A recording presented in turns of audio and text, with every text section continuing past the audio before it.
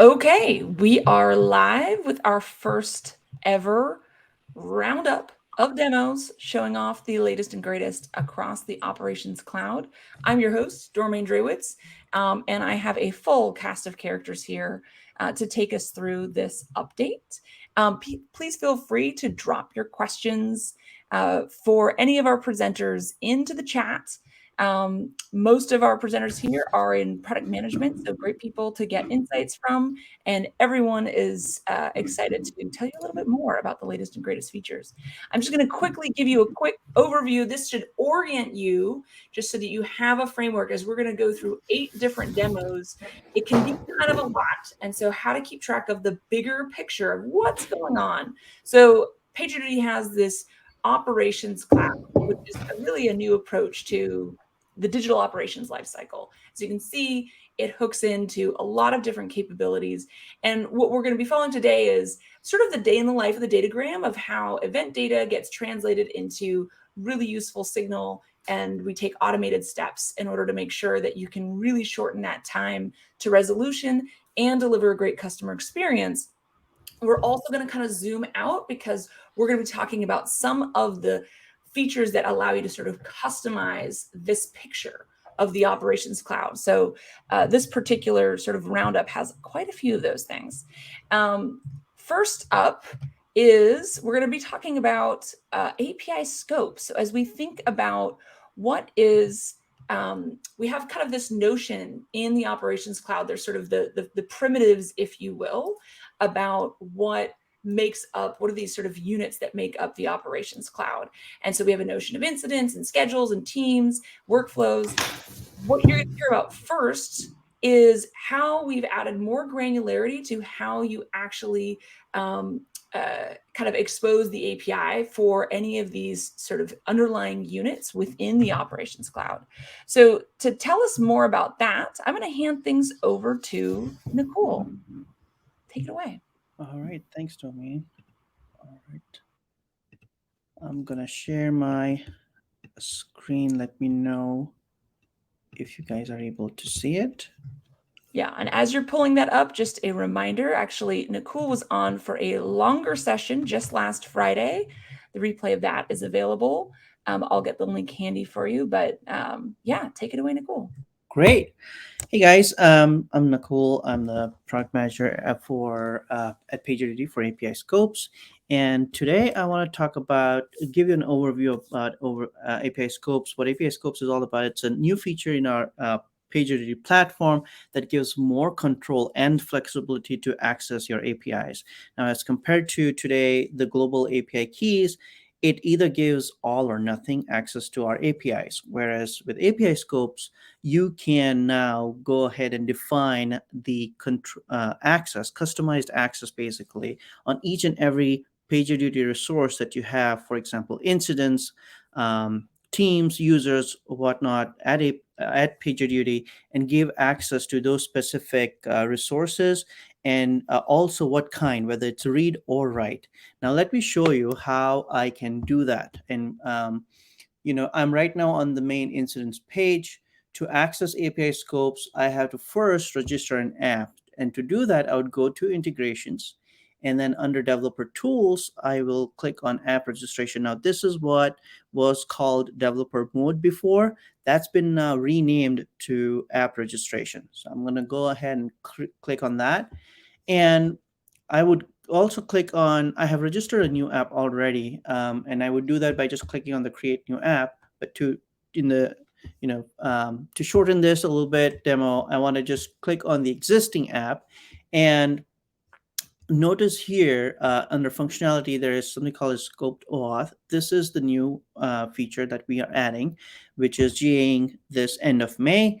And the way I do that is basically I am able to define scopes on each of these nicely listed resource in the stable form, where, for example, for this particular app, I have defined incidents.read and write.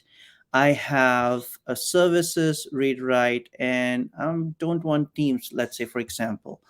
And then I'm going to click on save. Notice I got a successfully updated message box. So what I'm going to do is now I'm going to use the credentials that I have for this particular app and fetch a scope token. And so in order to do that, I would run a curl command, and I will say, let's say, even though I have defined the scopes that says read and write for incidents and services, let me just go ahead and just say I want token only to read, which I can do so, even though I have, which is like the subset of these scopes that I have defined while registering the app. So I'm going to do that, and then I would copy the token and use that token into to call these different APIs. Let's say I want to call incidents, and I am able to, successfully read the API. It's just that I don't have any existing incidents on my subdomain, so I don't have anything that got retrieved. It's an empty array, but I was able to successfully hit the API. So let's see if I can hit services. Right now, I was able to do that too. Let's see if I am able to hit Teams. Now, since I had, you know, this is it. So for Teams, since I don't have the scope that I had defined, and I don't have the right scope set or even on my token, notice I got an error saying that it's missing the token. And it also nicely tells me a message that says, okay, I need actually teams.read. And the existing tokens that I have on my token is the incident.read and services.read. Let's say, for example, as an admin, I forgot to define the scope for teams.read. I can update my app, go back to the app, and I can say, I want to read Teams, right? Click save again. And since I have updated the scope, I will not be able to reuse the old token. I'll have to fetch a new token to do that. And I'm going to use the new token here and see if I am now able to read the Teams endpoint. There you go. So now I was able to read the Teams API and get all the teams that I was looking for. So this is what the power of API scopes is. It gives it's flexible, and it's really secure than the existing API keys that we have. This is a perfect kind of scenario for big enterprise customers and small and medium customers who are looking to get more secure access to API and control, rather than getting all read all and write all access through API keys. Over to you, Dormain. Any questions? Thank you, Nicole. And Mandy chimed in on the chat also to let us know about that replay available from when you did a deep dive just last Friday on her how to happy hour session. I also dropped the YouTube replay link, so that'll be around for a long time. Thank you so much, Nicole. We'll keep an eye on the chat to see if there are any questions that come in. And I've got our next speaker joining us. And just to kind of orient everyone, this is kind of where we left off, and we added some scopes to some of these APIs. I want to bring your attention to things like business services and technical services. And those are some examples of some of the types of primitives that also reflect some of the best practices that we have around which we kind of have introduced in the last year as service standards. So ways that you can actually see the health of how you've set up and configured some of these foundational concepts. And so really focusing kind of the most value out of using PagerDuty have really healthy that's reflected as kind of healthy service standards. So to tell us a little bit about some of the new innovation here, I'm going to hand things over to Ben. But first, I'm also going to point out that for the live chat, I recommend getting in your questions for Ben as you see this, because I'm going to let Ben go because it's very late his time right now. So with that, I'm going to take this down and get Ben's screen back up. All right, Ben, take it away. Yeah, Domain, can you hear me? Can we sum up? Yeah, perfect, cool. Welcome. My name is Ben. I'm the product manager for services and Stun service service update templates, and I'm based in Lisbon. And today I want to talk about service standards, a feature we released last year, and will you give you also a little bit a view in the future what we are planning in this quarter. Let me start. And I will start with a problem statement and show you the product in a second. Okay, problem is that a lot of customers have a lot of services, right? They're managing thousands of services in our system. And today with service standards, it's not easy to manage all of these services in the UI. And then we have a gap in our product today, which is running reports on that. And for that, we want to provide you a solution. I'm sorry. When you look at how many services our customers have, right? We see that most of our customers have 1 to 100 services, but we have also a lot of customers with more than 500 services. And there's also top league of customers. They have 20,000 services and even plan to expand to up to 60,000 services in our system. And that's something we can provide. And we see also for our existing customers, on average, they are growing. So every year they're adding 27% more services on top of the existing ones. And let's look into the feature service standards. When you go into the service directory, on the right side, you see this red circle. These are our service standards. And you see a score 4 out of 10, standards met. And in this case, it's red. It's not good, but we have also a yellow between. In the best case, this circle is green. This is a feature we released in July last year. And when we go level down, what attributes do we have in the service standard? So the customer can choose out of 10 different standards or attributes here. For example, does the service has a description? Or is there an escalation policy with more than 2 unique levels and so on?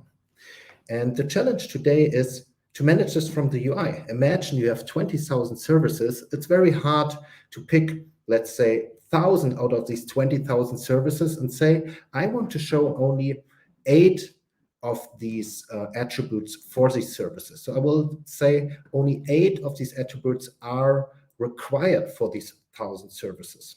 Okay, first issue we have.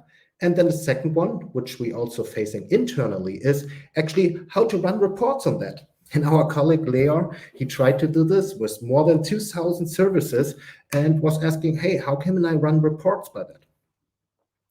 And we found a solution, a hacky solution internally, which we introduced 3 months ago.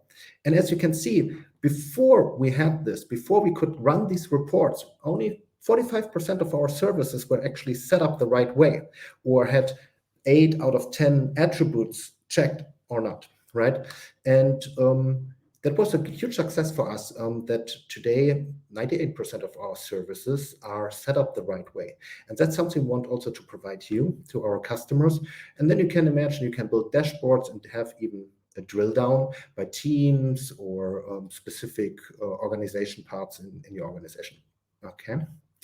And how we want to do this? We want to deliver in Q3 an API for service standards where you can define the service standards.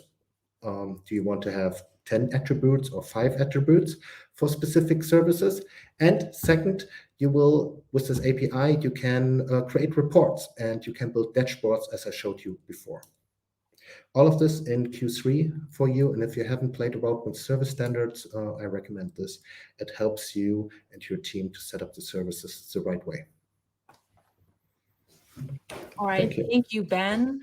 Yeah, I think the service standards are just super powerful. It's like a way of operationalizing best practices. So next up, I'm going to add Justin back in here.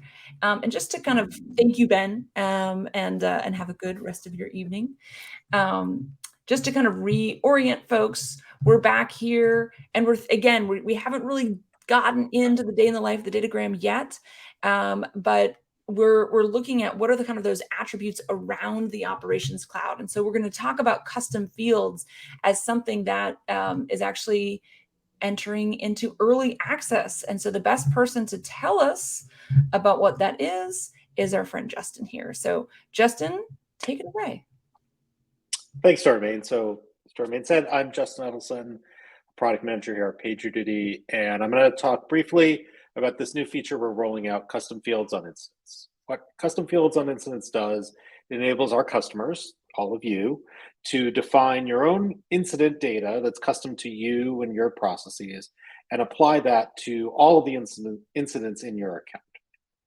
You can use these fields during resolution to facilitate data and context sharing between responders or stakeholders, as well as after the fact for reporting and analysis.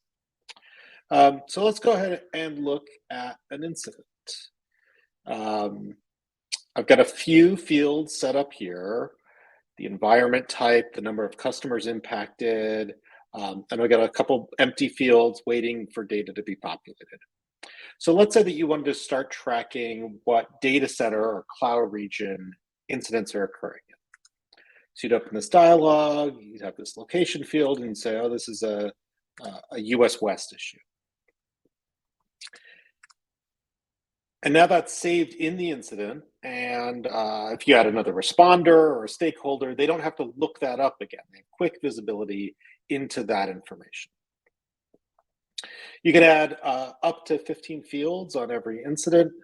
So let's jump now and look briefly at how we set these up.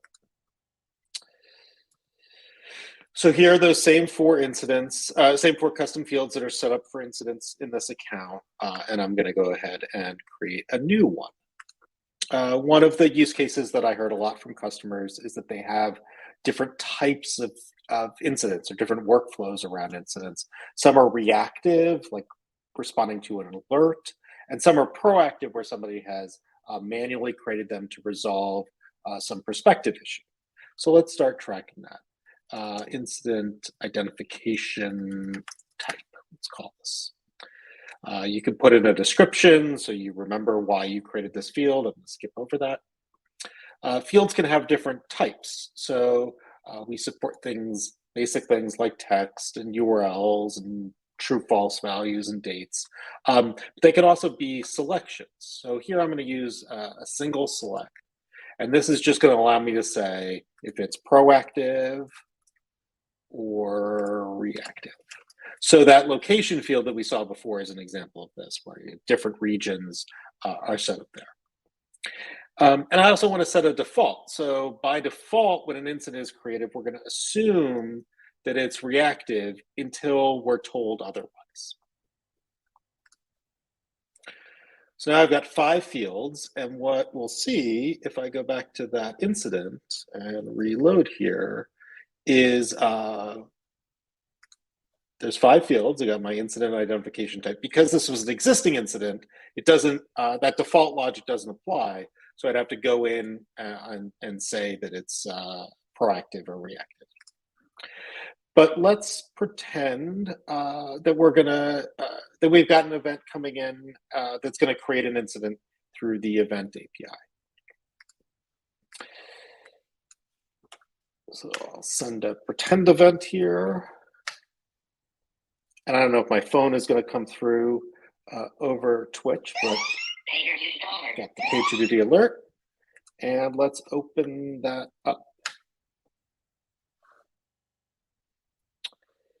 So here's the new incident that was created from my inbound event. It was a few seconds ago.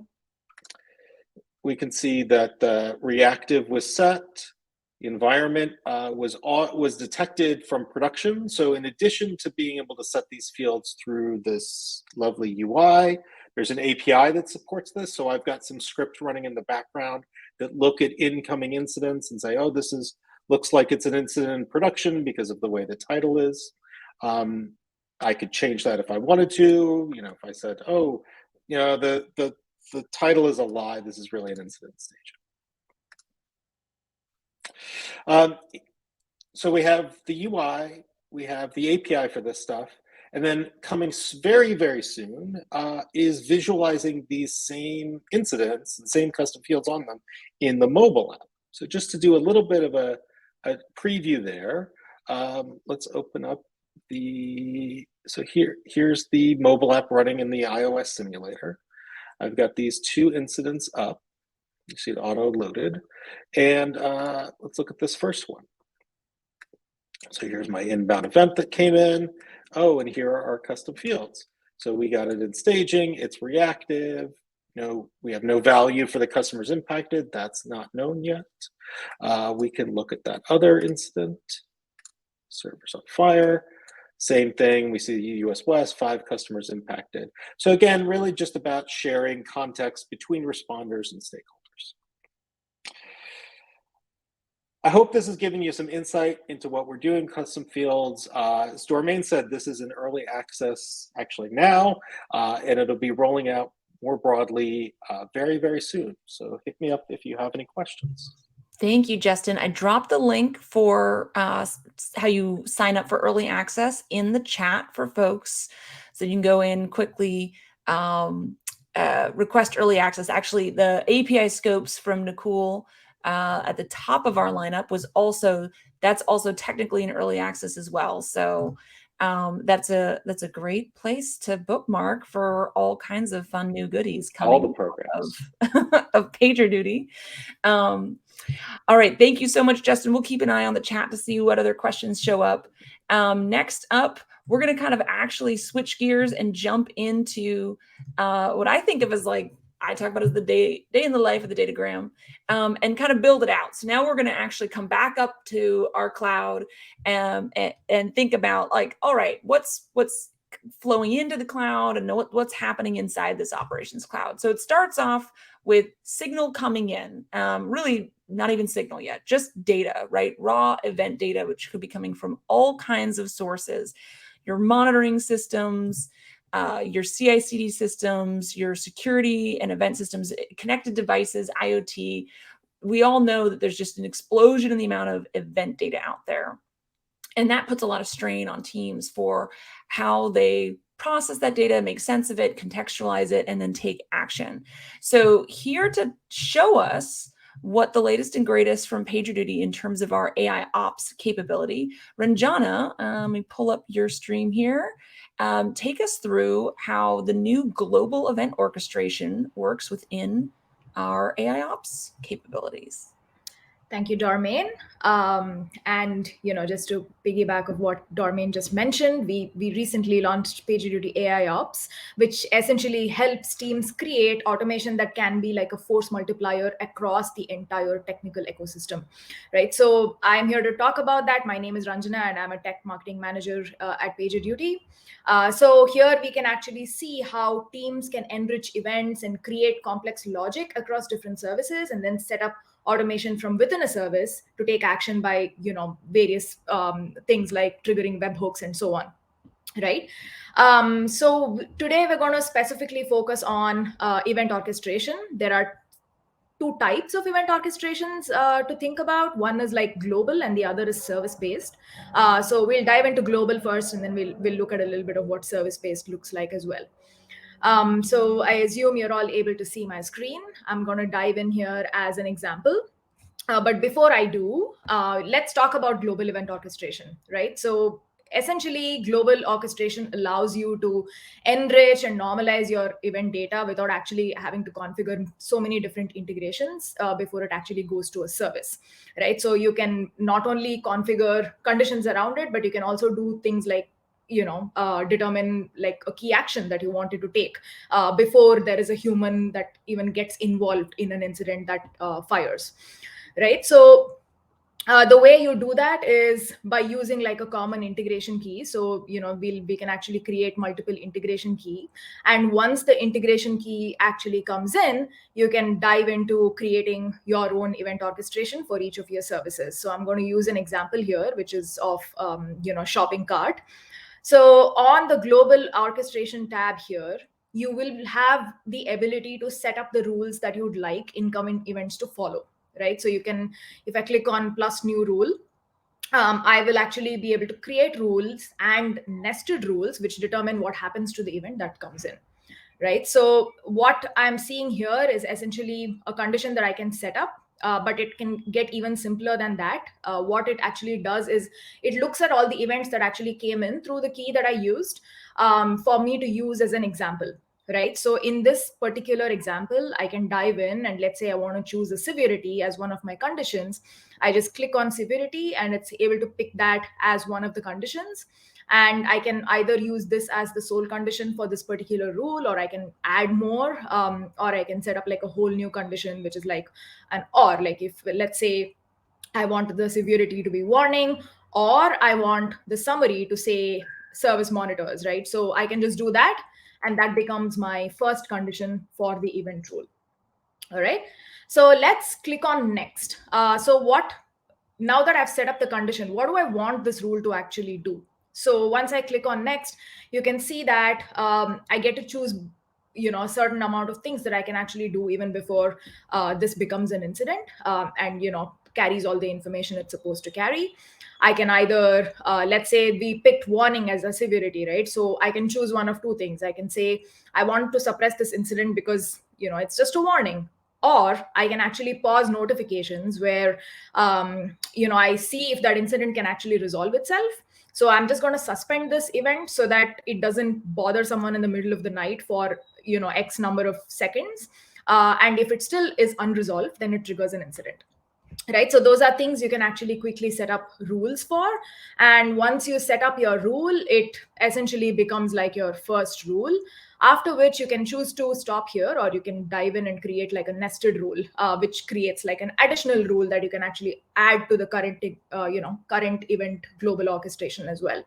Right. So I'm not going to create a nested rule here, but you can essentially say, if the event source exists, I want it to do XYZ, right? So that's how you essentially build out your rule set. So now that you have, we've seen what we can do. The action can be something along the lines of like, hey, pause incidents, or it can be like, this incident is actually important to me, so turn it into a P2 and so on, right? So this is part one. What happens after this? The part that is important is that you want to route it somewhere, right? It needs to reach some person that is in charge of the service that is broken. So you can determine where these events go using service routes, right? So if I click on service routes, what it helps me do is that you can use routing rules to allow or determine which action you want your orchestration to take based on these set criteria.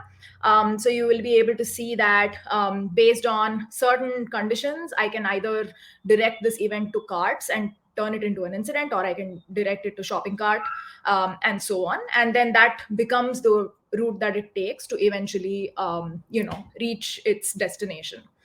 And following that, I can also do service orchestrations, which is kind of the second part of what global orchestrations is all about, where you are able to create rules for incoming events, but not globally, but on a specific service, right? Like if I want to pick shopping cart, I can just pick shopping cart as my service, and then I can similarly follow the conditions and actions as part of the conditions that I actually covered previously as well, right? So that's just a quick overview for event orchestrations for you, and you can feel free to try it out on your own, and let us know if you have any questions that I can help answer for you as well.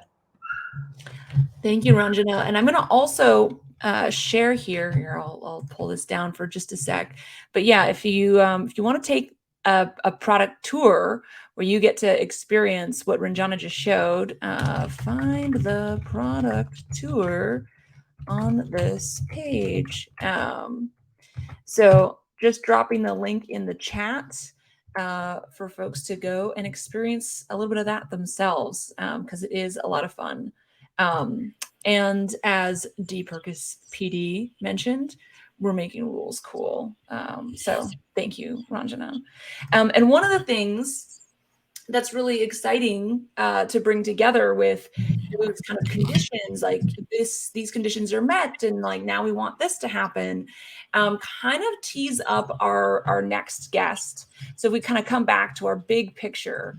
So, input coming in, it's getting processed, and then we get to take some action on it. So this next demo that Jake is going to take us through is really about how do we capture state data, and in particular to do this across different environments. And this is where you can feel free to actually please vote in the chat, because I have been straddling two different 80s mystery show analogies on whether this is really like a Magnum PI situation or an Angela Lansbury Murder She Wrote, because when we're trying to capture this state data, which you can trigger off of those rules that Ranjana just showed you, the fun part is like you have now captured the evidence of what is going on so that you can later go back and do root cause analysis, which is sometimes doing root cause analysis might be in conflict in the moment with restoring the service. So, okay, I'm seeing votes coming in for Angela. I'm just curious if anyone out there is ready to vote for my good friend Magnum PI. Jake, are you ready to take us through the kind of automated diagnostics and state capture? I sure hope so. Okay. If not, then we have we have other problems. Your video is frozen, so maybe try turning off your camera and turning it back on. Let's see if that helps, because you have a very serious expression on your face. Let's see. And I wasn't sure at first if you were just really, really like thinking hard. It does look frozen, doesn't it? Can you hear me though? Can you hear me? Yeah, I can hear you just fine. So I can remove your video, and then you can just talk us through. It might be a little bit awkward, but let's go for it.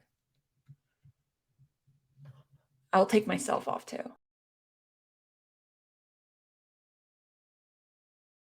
Process automation team, and I cover our plugins ecosystem, as well as our enterprise runner, which we'll talk about, which is what enables us to do our distributed orchestration and distributed automation.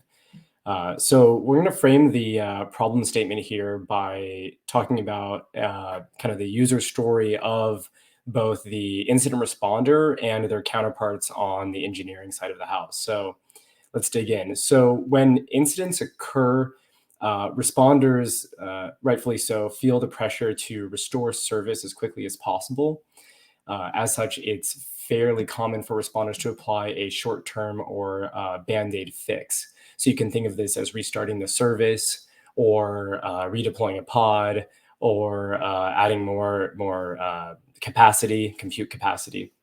And so this does restore service fairly quickly so that the impact to the customer experience is minimized. Unfortunately, though, this can still result in a poor customer experience because the issue will more than likely happen again. Not to mention that this will result in a poor responder experience because they end up having to deal with the same issue time and again. So this is fairly common behavior, and this sets up part of the problem that we're digging into here. So what do responders also do to get around the repeated issue is that in order to both restore service availability as quickly as possible while also trying to protect themselves against future occurrences, the responders will open a bug ticket or a tech debt ticket while also applying that Band-Aid fix. And so what you can see here, right, is the responders applied that short-term fix, and then they'll create a JIRA ticket and ask if the developer can tackle this bug. But what this means, though, is that the developer is left asking what was going on at the time of the incident.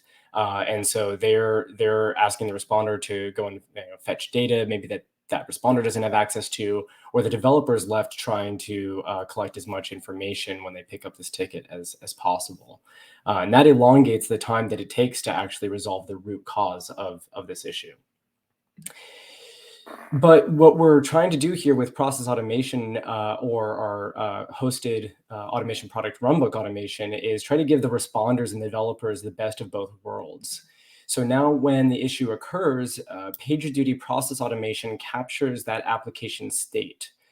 such as a Java heap dump or application logs that aren't being sent to monitoring or current queries against the database, things that don't necessarily persist beyond the current state of the application when the incident occurs. So capturing this evidence of the root cause can be kicked off by the click of a button in PagerDuty, the mobile app or the web app, or it can be actually kicked off through event-driven invocation through event orchestration, part of PagerDuty's AIOps.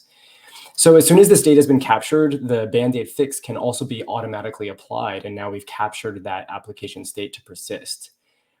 We can also tell PagerDuty Process Automation to tell the developers in the tools that they work in, such as Jira, where that debug data has been stored. And so in this case, right, the responder is saying there's a link to the debug data attached to the ticket. And so now when that developer picks up that ticket, they don't have to spend inordinate amounts of time tracking down the evidence of the root cause. So let's dig into a demo and see what this looks like in action. So if I'm in PagerDuty and I have an incident that has occurred, as mentioned, what can happen at this point is event orchestration could kick off this automation, this workflow. But for the purposes of the demo, we'll kick it off by the click of a button. So on the incident, through the Run Actions dropdown, I now have a couple of options here to run these automated workflows, these automated runbooks. So we'll do a Java thread dump from a Kubernetes pod. It's a fairly stereotypical scenario for this type of state capture. And so we'll go ahead and click Run Job.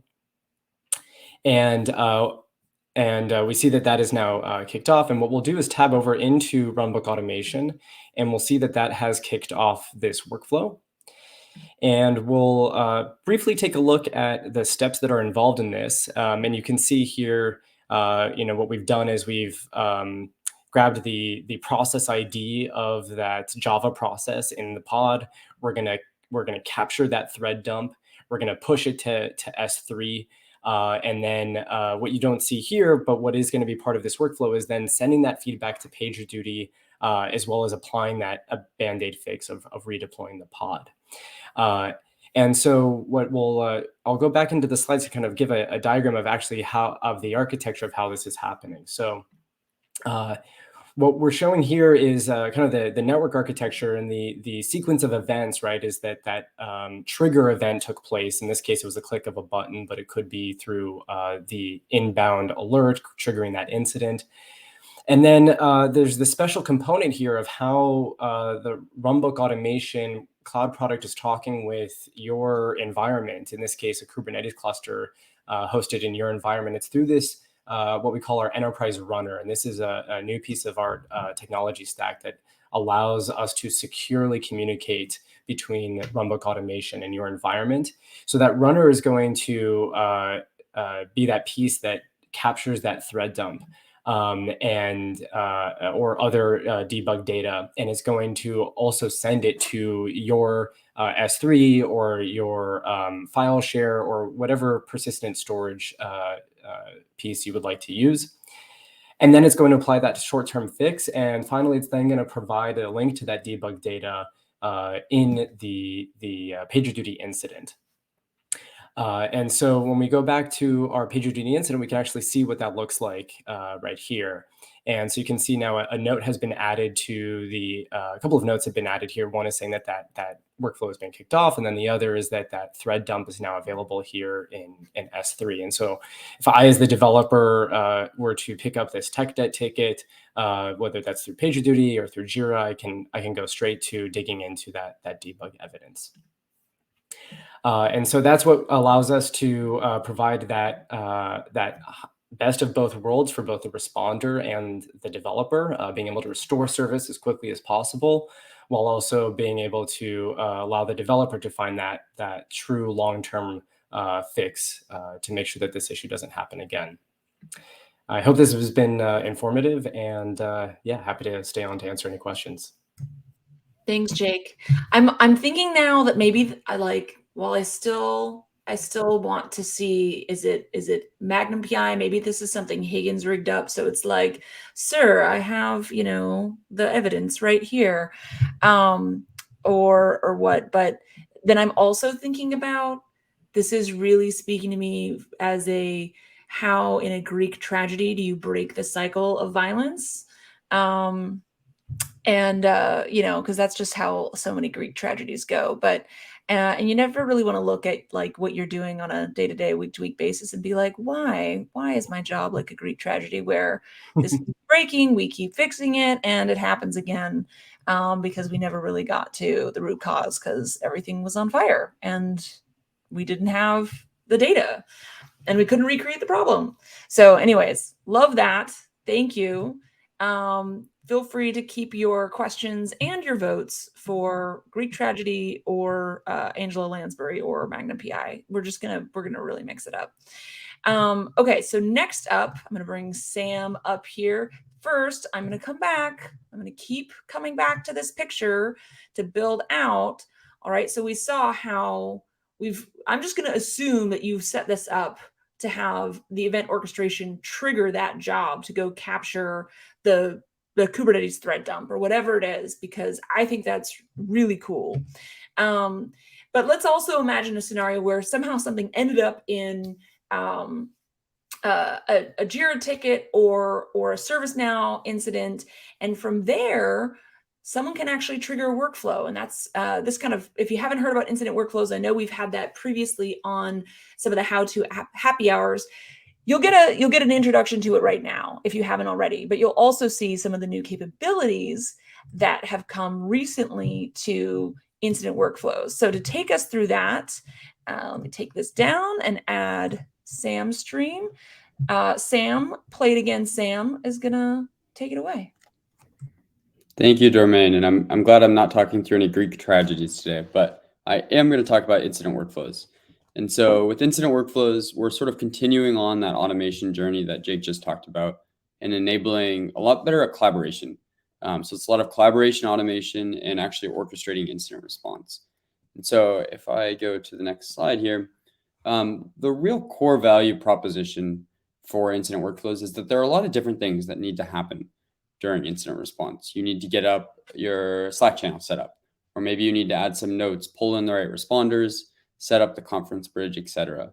And if you don't have any automation supporting this, these can be manual tasks, and they can distract responders from actually resolving the incident because they need to take these rote process tasks in order to get their collaboration space set up. And so where incident workflows come in is they really allow you as a responder to automate these mundane pieces and bring them all together. And so when you start responding to a major incident, all of this is just ready for you.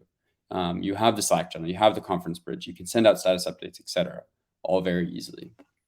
But as we've started to talk about and get further along in our incident workflows journey, part of the value proposition we've really started to see and has become more true and will continue to become more true is that incident workflows actually bridge together so many different pieces of incident response.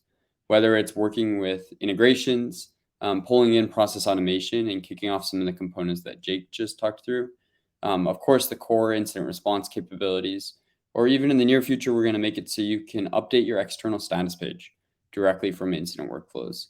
A lot of the value proposition for incident workflows is that it brings all of these disparate pieces together into one place. And so if we look at what an example of this might be, in the near future, once we have custom fields, which Justin did a great job talking about earlier, you'll be able to trigger an incident workflow, looking at a custom field value and determining if that workflow should kick off. And then you'll again be able to use that custom field value all through incident workflows when creating a Jira ticket and pushing that information through into one of your integrations. Or you could even just take basic tasks within PagerDuty, like reassigning the incident through that incident workflow. Or another great example, which I'm actually going to walk through in a moment here, is that you can kick off an incident workflow now from ServiceNow. So directly in that ServiceNow integration, you can kick off incident workflows without even jumping into PagerDuty. And from that, you can automatically take steps like sending out a status update. And one of the other exciting new enhancements we have with incident workflows is that they leverage status update templates too. So they can use that pretty text editor that allows you to pull in images and make it so you have a clear and consistent status update that's going out to your responders. So let's take a look at what this example might actually look like. So if I go into PagerDuty in my test environment, you can see the long list of incident workflows I've already created. And the one I'm going to edit today is this major incident workflow. So here I have a manual trigger set up, which means I can kick this off manually as a user. And I also have a handful of actions. So I'm creating a Zoom meeting, I'm adding some stakeholders to this incident, and I'm pulling in some responders as well. I'm going to go ahead, I'm going to edit this workflow. And what we're going to do today is we're going to select that we want to send out a status update. And again, this is where it's neat to see that we have this new status update template piece actually incorporated into workflows. So here I could still type in a custom message, just saying like incident ongoing. Or what's neat is I can actually pull in and use templates that I've created elsewhere. So I, again, am using that consistent language across my status updates, both through incident workflows and outside of incident workflows. So I'm going to select this major outage template that I previously created. And with it, I get the short message as well as this body where I have the PagerDuty logo. You can update and customize this to match your company logo. And I'm pulling in a number of variables automatically here. So if I click save, I'm going to save this action, and I'm actually going to publish this workflow too. So going ahead, clicking publish, and now those updates are live. So what's neat now is I can jump into ServiceNow. And again, what I really want to show off here is that we can really connect these various components all through incident workflows. So if I have an incident in my ServiceNow integration or in my ServiceNow instance that is connected through to PagerDuty, I now see this run a workflow option here. And from this, I can select that major incident workflow that I just created or I just updated. And if I click run here, we're going to kick off a number of those actions that I just configured. So jumping over into PagerDuty, we'll see if I reload this incident, let's see some of these actions flowing through. So in the timeline, we'll see that, yep, I just started that major incident workflow via ServiceNow. I've added a note with the conference bridge details. I've added some subscribers, and I'm taking all of these different actions, as well as sending out that major outage status update. And then what's neat is you can see if you actually jump into an email, you'll get this richly formatted text from that status update coming through too. So again, just jumping back into my slides here, the real value that I want to emphasize is that as a responder, you can use incident workflows to bridge together all of these different pieces and make it so they work elegantly together without requiring you to think about all of the different components and to jump through all of the different surfaces in order to take advantage of all that we can do in PagerDuty. All right, Dormain, I'm going to pass it back to you. All right, thanks, Sam. So yeah, I also dropped the link for folks about from your session on with Mandy from about 3 months ago, where you spend more time. So that was a little bit of a taste, sprinkled and seasoned with the new capabilities. Love seeing that there's a lot more coming to make incident workflows even more powerful. All right, next up, we've got Jackie. And again, just to orient everyone, let's come back to our kind of picture here. And we kind of hinted that we want to, update a status page as one of those steps. And so to take us through what that looks like, I'm going to hand things to Jackie to show us what do we mean by status page? That's a new thing for PagerDuty. Thank you, Dormain. Yeah, so are you able to see my screen, Dormain? Cool. So sorry, I didn't put it up. yeah, all right. So availability and reliability are paramount for customer attention and satisfaction. When interruptions in digital service do happen, many businesses experience high volume of support tickets asking for the current status of issues. PagerDuty status pages, which was GA'd in January this year, provides visual, real-time insights into organization operation and the status of incident resolution. PagerDuty users can proactively and securely communicate real-time operational updates with customers directly from the PagerDuty platform, eliminating the need to context switch to other tools, giving users one platform, PagerDuty, as the single source of truth. What's unique about PagerDuty status pages is that customers can benefit from our end-to-end real-time digital operation platform to easily keep both internal and external stakeholders informed during large-scale outages and events. PagerDuty status pages, as you will shortly see, is a tightly integrated product with PagerDuty platform, minimizing friction and eliminating context switching as teams are working to both resolve an incident and inform customers of their real-time status.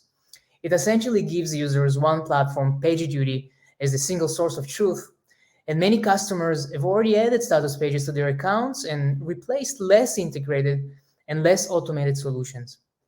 So with that, let's see a quick demonstration of the ease of use and some of the other benefits. So here you can see the ease of the status page setup, which can be quickly done in less than a minute. Customers have the option to configure their unique custom domain to stay consistent with their company's brand.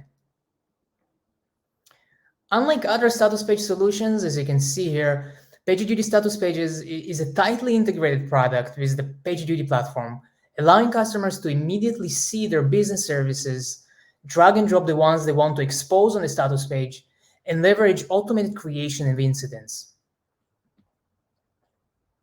We also offer a lot of flexibility in terms of the public-facing services with options to customize the names and groups that are shown on the status page. And we take security very seriously, allowing customers to configure both user roles and teams. Unlike other status page solutions, we offer both manual and automated updates, allowing customers to post real-time automated updates with human-in-the-loop support whenever human review or approval is required. Last but not least, we also offer a wide range of out-of-the-box page layout customization, allowing the customer to stay as consistent as possible with their company's brand. Once I go ahead and publish my status page, you will see that it's immediately available, up and running, and ready to be publicly accessed by my customers. As an end user, I can easily monitor the system status. I can subscribe to receive real-time notifications via email, Slack, and webhooks. And I can also see and subscribe to any of the specific components that the company has chosen to proactively communicate using the status page. In this example, PagerDuty customer support was looking to improve proactive communication with our customers and eliminating the need to context switch to other tools during outages. And now they can give their customer support agents one platform, PagerDuty, as the single source of truth. Last but not least, I wanted to share with you that around July this year, we plan on introducing private pages, which are status pages with controlled visibility access to ensure only the people you want can access them via SSO authentication without requiring a PagerDuty account. So if you're interested in joining our private pages EA, please sign up using the pagerduty.com/early access link, which you can find here. Thank you all. Thank you, Jackie. Yeah, that early access link we dropped earlier, so you find that there. All right, folks, we've got one more demo on this rodeo roundup. Thank you very much for sticking with us. Last but not least, we've got Anajan on, and just to, again, provide that last bit of context, we're here in our picture. We've kind of moved through the sort of day in the life of an incident, getting all the way through to communicating that to customers through our public status page. But there's one more thing, which is when all the dust is settled and the fire's been put out, how do we learn? How do we go back and reflect and take some learning so that we can continuously improve? And so to take us through some new capabilities in our reporting and analytics, Anajan, I'm going to pull up your stream here and take it away. Sweet. Thanks for the intro, Darmaine. So I'm here to speak about the responder report, and we just started our EA rollout today for all digital operation plans. So if you are on that account, please go to the analytics section and check it out. So one thing we like to speak about responders is they can be thought of the heart of the operations cloud. They're the ones on the front line with PagerDuty to resolve incidents to ensure your customers are having a seamless experience. A quote that really like resonated with me that came from one of our customers was, you got to keep taking care of your customer, but you also need to take care of your engineers. We have to make sure we're balancing both effectively. And this is what comes to responder health. So when you think about analytics, PagerDuty likes to use the mental model of access, understand, and apply. We want to give our customers data, where they're using it, and the ability to find their answers quickly. We want to give them tools to slice and dice their data so they can understand the answers to their questions. And lastly, we want to make sure the data analysis you guys are doing are actionable, so you guys actually arrive at outcomes to make that better business decisions. So when it comes to responder health, our customers have many questions. And some of the questions are, how many sleep/off-hour interruptions are my responders receiving? How quickly are responders acknowledging incidents? How are the responders performing compared to peers? How much time are responders spending on call resolving incidents? And who are the incidents being escalated to? We want to make sure we're limiting the amount of interruptions our responders are getting at nighttime. We want to make sure our responders are not spending all the time resolving incidents, but they're actually doing a lot of the work that they wanted to do, that they're on their roadmap or their product plans. So what are our customers saying? We need more customization in reports to be able to slice and dice responder data to arrive at the answers to these questions. So this is where we arrived at the responder report. This is a new report template that we're giving more customizable features for you to do the data analysis that you need. So what that means is we're providing summary metrics that does the aggregations based on the filters that you choose, so you don't have to do mental math anymore. We have comparison periods and benchmarks to make sure to let you know if you're improving over time, or be able to measure against the average of all responders. And the last two are, we're giving you the ability to edit the column. So now that we're providing more metrics, you could actually choose which data you want to see in your table view. So when you want to export, it's in the view that you want. And the last piece is a viz selector. Before, we only let you visualize one metric, but now we're allowing to visual multiple. So I'm going to dive into the report and just kind of give a quick glimpse. So this is the report. This is the responders report for PagerDuty's analytics team. And as you can see, I'm going to play the persona of a team manager. I'm looking at my last quarter of data, and I really want to ensure if I need to make any other schedule changes or team changes to forecast the volume of work and make sure my responders are healthy. The first thing I'm going to do is I'm going to go to my table and see how my responders are performing against like others, and if they're having a large volume of work. So if I look, the first responder I have here is, well, he has unusually a lot more incidents than the average. I want to dive deeper into that. So I go to my table and I actually could drill down into the incidents that Will is working on. I could look at the priority of these incidents.